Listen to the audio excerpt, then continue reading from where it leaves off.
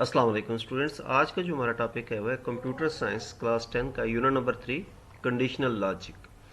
तो इसकी आज हम स्टडी करेंगे और साथ साथ अगर कहीं यानी कि प्रोग्राम बनाना है तो वो भी हम साथ साथ प्रोग्राम बनाएंगे।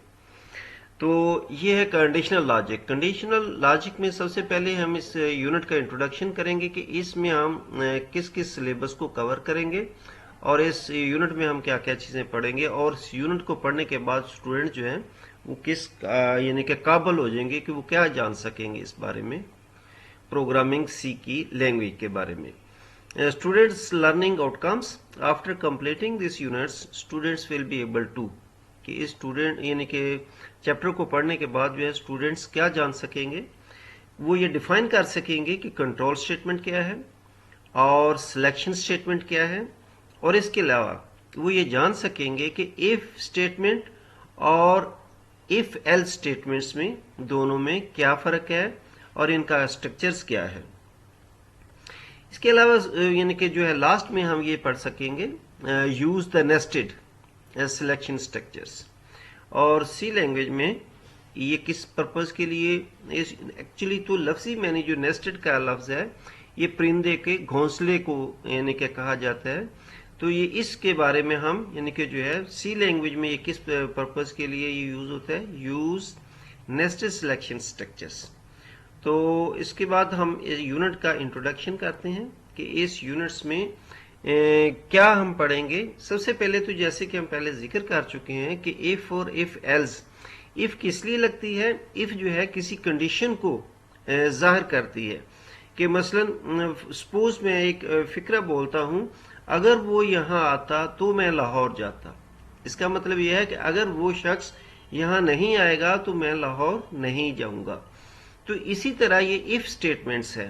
तो इसके अलावा इफ एल्स का भी इसमें यूज होगा जिसको हम कंडीशनल लॉजिक कहेंगे।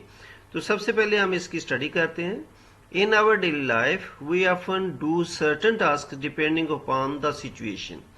केवल ये कहते हैं कि हम रोजमर्रा की जिंदगी में मुख्तलिफ काम करते हैं जो कि उस सिचुएशन के मुताबिक होते हैं। I will go for a walk if I wake up at 6 AM। वो ये कहता है, कोई भी शख्स वो ये कहता है कि अगर मैं सुबह 6 बजे उठ पड़ा तो मैं सुबह की मॉर्निंग वॉक के लिए जाऊंगा। If the weather turns cloudy I will take umbrella with me. तो इसमें भी ये कंडीशन इफ की ये लगा रहा है कि अगर जो मौसम जो है वो बरसात वाला हो गया तो मैं अपने साथ अम्ब्रेला या छतरी लेके जाऊंगा ताकि उससे बारिश से महफूज रहा जाए। इसी तरह है इफ सारा passes the exam I will gift her a watch. अगर सारा इम्तिहान पास कर जाती है तो मैं उसको एक घड़ी जो है तोहफा में दूंगा। तो इसमें भी इफ वाली कंडीशन है, अगर वो ये काम करेगी तो मैं उसको घड़ी जो है तोहफे में दूंगा। अगर वो सपोज फेल हो जाती है तो देन वो घड़ी जो है गिफ्ट में नहीं दी जाएगी। All these decisions are taken on the basis of condition. जितनी भी ये डिसीजन हैं वो किस बुनियाद पर लिए जा रहे हैं, कंडीशन की बुनियाद पर। अगर ये होगा तो मैं ये करूंगा, अगर ये होगा तो मैं ये करूंगा। तो तमाम जो डिसीजन है, तमाम जो फैसले हैं वो कंडीशन की बुनियाद पर लिए जा रहे हैं। इफ द कंडीशन ट्रू, अगर वो कंडीशन ट्रू हो जाती है, वो परफॉर्म द स्पेसिफिक टास्क, तो हम जो है वो मखसूस काम जो है वो करेंगे, अदरवाइज वी डू नॉट। तो अगर ये नहीं वो टास्क कंप्लीट होता तो हम वो काम जो है वो नहीं करेंगे, उसका दूसरा रद्द अमल जाहिर नहीं करेंगे। Sometimes if the conditions is not true then we have to perform some other task. बाज़ बात ऐसे होता है कि हमारे पास दो ऑप्शन होते हैं। अगर एक हमसे काम नहीं हो रहा या एक काम कंप्लीट नहीं होता तो हम दूसरे को शुरू कर देते हैं, दूसरा उसके लिए अल्टरनेट ऑप्शन के तौर पर यूज करते हैं। तो इसको क्या कहते हैं, this is called conditional logic. तो इस यानी कि काम को या इस पर्पज को जो हम डन करते हैं उसको कंडीशनल लॉजिक कहते हैं। In this chapter we discuss how to implement conditional logic in C programming language. तो इस चैप्टर में हम क्या पढ़ेंगे कि जो है कंडीशनल लॉजिक जो है सी प्रोग्रामिंग लैंग्वेज में किस तरह इम्प्लीमेंट नाफिज किया जाता है। सबसे पहले हम पढ़ेंगे कंट्रोल स्टेटमेंट्स। तो कंट्रोल स्टेटमेंट्स भी आपको बताता चलूं कि ये 3 किस्म की होती हैं। मसलन कंट्रोल स्टेटमेंट जो है वो है sequential, selection and repetition control statements. तो ये 3 किस्म की होती हैं कंट्रोल स्टेटमेंट्स। तो आइए कंट्रोल स्टेटमेंट्स के बारे में पढ़ते हैं। In order to solve a problem there is need to control the flow of execution of a programme.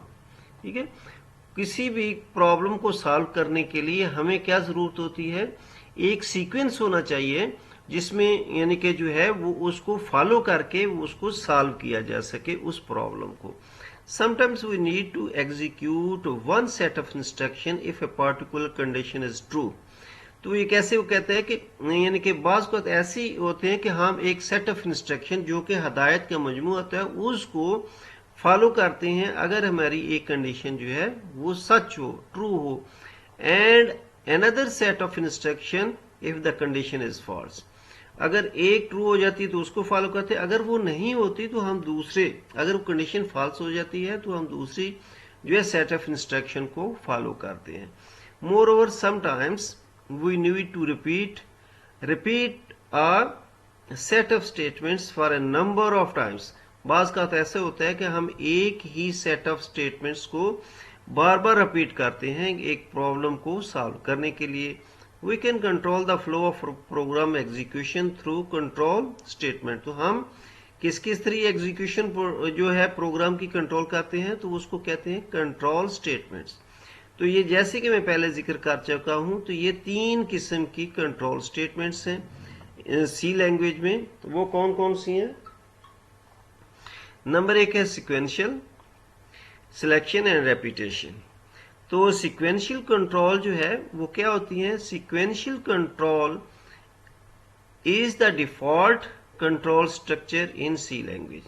जो सीक्वेंशियल जो पहली कंडीशन है वो सी लैंग्वेज में एक डिफॉल्ट कंट्रोल स्ट्रक्चर के तौर पर यूज होती है। According to the sequential control all the statements are executed in the given sequence. जो तरतीब दी गई होती है उसके मुताबिक जो है वो एग्जीक्यूट होता है प्रोग्राम, जो एक सीक्वेंस में तरतीब बिल तरतीब जो है तरतीब वाइज जो जितनी भी इंस्ट्रक्शन है वो एग्जीक्यूट होती हैं। Till now we have just work according to the sequential control. जितनी भी हम पीछे अभी तक प्रोग्रामिंग करते आ रहे हैं तो हम वो सीक्वेंशियल कंट्रोल के थ्रू ही करते आ रहे हैं, इस कंडीशन के थ्रू करते हैं। नेक्स्ट जो है in this chapter our focus on the selection control statement.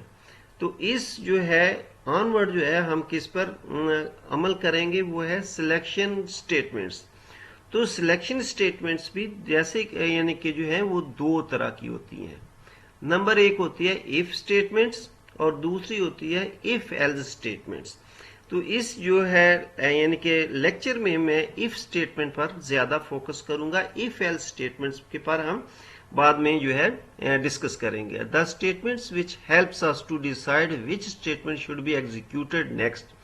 ऐसी स्टेटमेंट जो कि ये डिसाइड करती है, गाइडलाइन देती है कि अगली स्टेटमेंट कब एग्जीक्यूट करनी है और किस पर्पज भी, on the basis of condition. हम उसके साथ कंडीशन प्रोग्राम में लगा देते हैं कि किस जो है स्टेटमेंट ने नेक्स्ट जो है एग्जीक्यूट करना है, और इसको क्या हम कह सकते हैं, these are called the selection statements.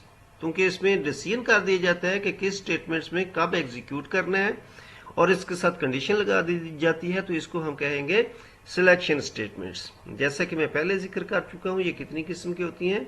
2 types की, if and if else statements.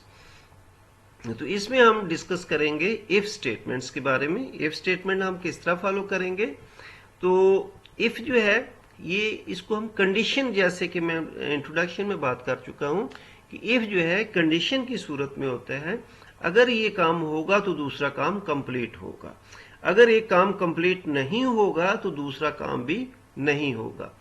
तो C language provides if statements.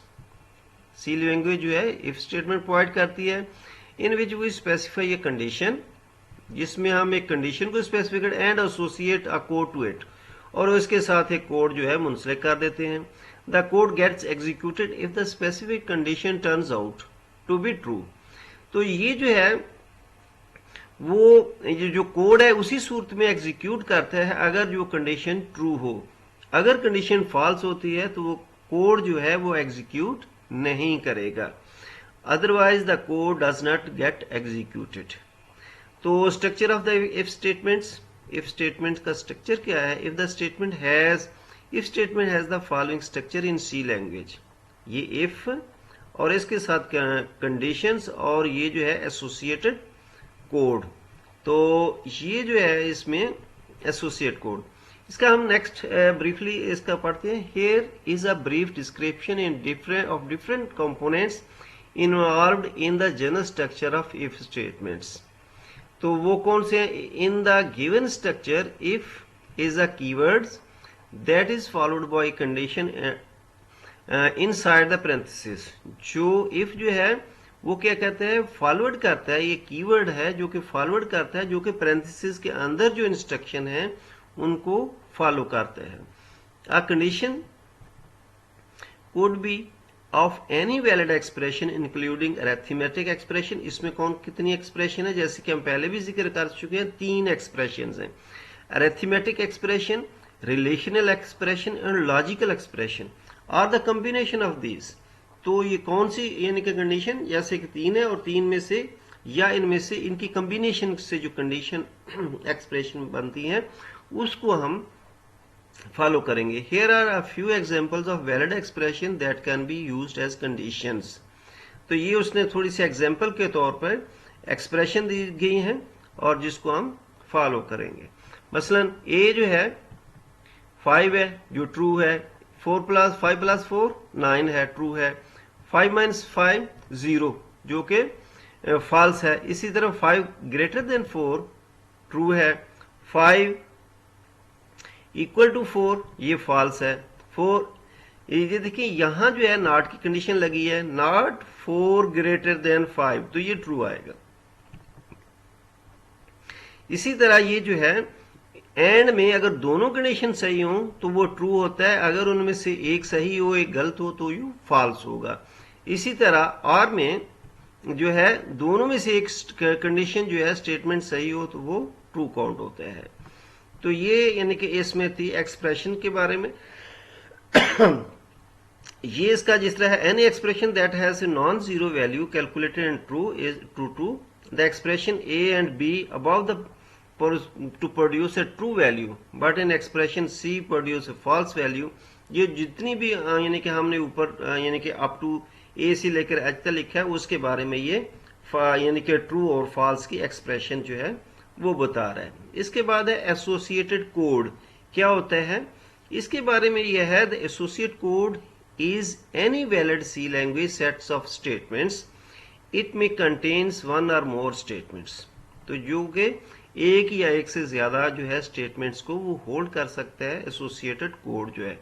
The following flow charts show the basic flow of an if statements. तो जिस तरह ये स्टार्ट है और यहाँ जो है इफ की कंडीशन मीन लग गई है, अगर वो ट्रू है तो देन ये मुंसलिक हो जाता है एसोसिएट कोड के, अगर ये फॉल्स होता है तो ये यहाँ यानी कि जो है आता है। तो ये दोनों जो है यानी कि फॉल्स की कंडीशन में वो कोई एक्शन नहीं करता है, ट्रू की कंडीशन में वो एसोसिएट कोड रन करके यहाँ आके स्टॉप हो जाता है।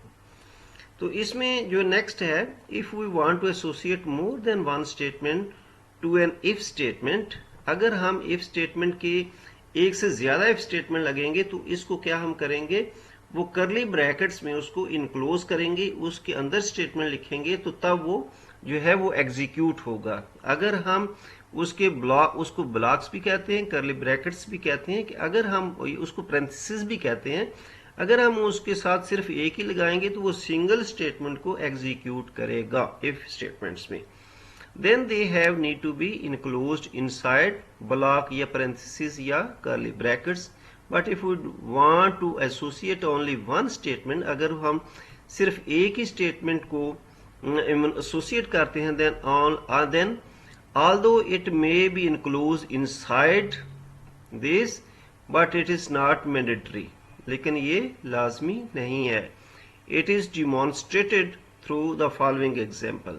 तो ये कहता है कि इसके थ्रू हम जो है डिमॉन्स्ट्रेट करते हैं। मसलन मैं इसको आपको प्रोग्राम बना के दिखाता हूँ, यानी कि ये न्यू डॉक्यूमेंट्स, तो इसको थोड़ा सा मिनिमाइज कर लेते हैं और इसके मुताबिक जो है फॉलो करते हैं। देखें, इंक्लूड INCLUDE, तो stdio.h, तो इसमें मेन फंक्शंस का कर लेंगे और इसके बाद है करली ब्रैकेट्स की हमने इब्तदा कर दी। तो body of the int a is equal to 12 semicolon, और इसके बाद है इफ वाली कंडीशन लगी, a जो है यानी कि इसके बाद है इक्वल टू 0, और इसके बाद इसको हम क्लोज कर देते हैं और क्लोज करेंगे, और इसके बाद फिर यानी कि जो है करली ब्रैकेट्स सेकंड में लगा देंगे और यहां हम लिखेंगे print f is equal to, वो हम स्टेटमेंट पढ़ लेते हैं क्या कह रहा है कि the variable a contains an even value, the variable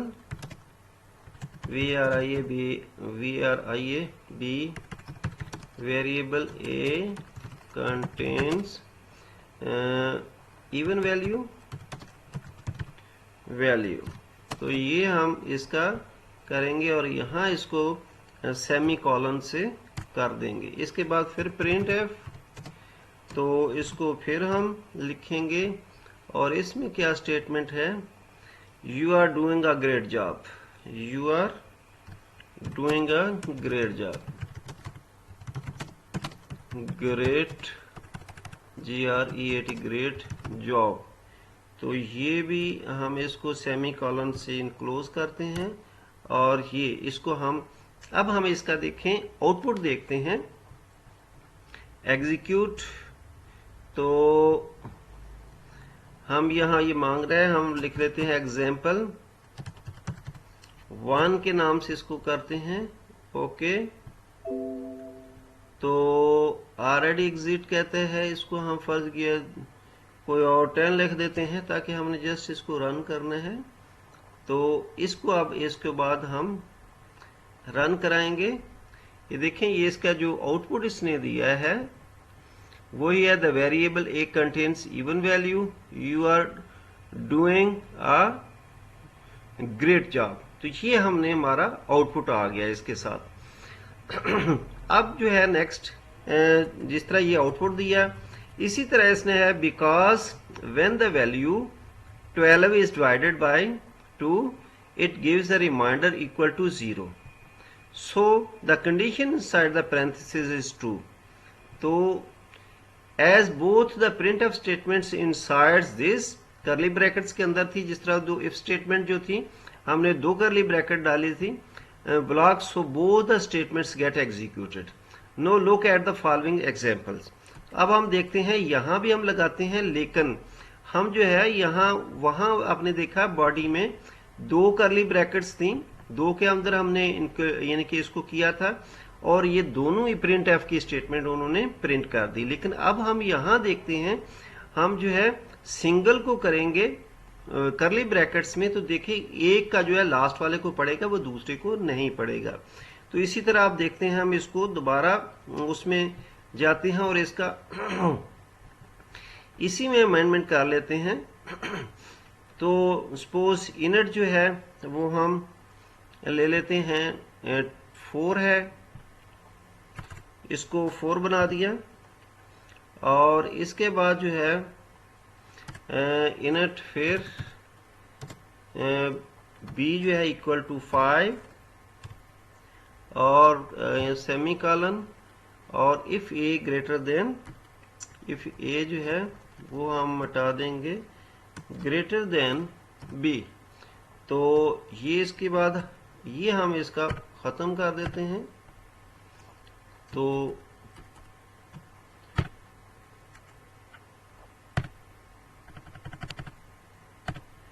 इसको हम खत्म कर देते हैं, इसका जो है